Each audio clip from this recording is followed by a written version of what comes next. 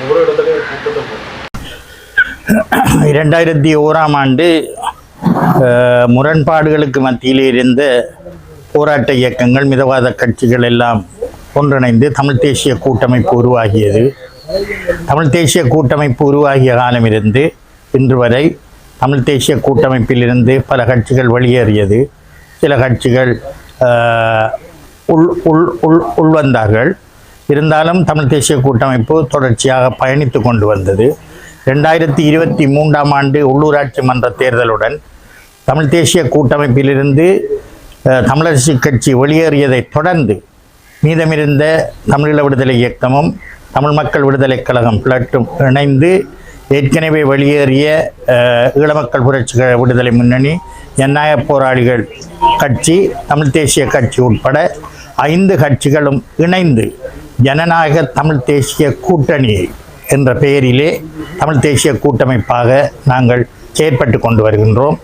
ஜனநாயக தமிழ் தேசிய கூட்டணி என்பது தேர்தல் திணைக்களத்திலே ஒரு அரசியல் கட்சியாக பதிவு செய்யப்பட்டிருந்தது.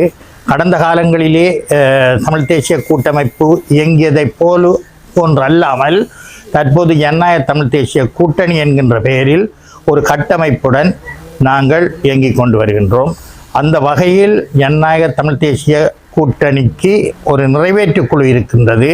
நிறைவேற்று குழு எடுக்கும் முடிவுதான் இறுதி முடிவாக இருக்கும் இவ்வேளையிலே தற்போது இந்த ஜனநாயக தமிழ் தேசிய கூட்டணியின் செயற்பாடுகளை மாவட்ட ரீதியாக நாங்கள் விஸ்தரித்து கொண்டு வருகின்றோம்.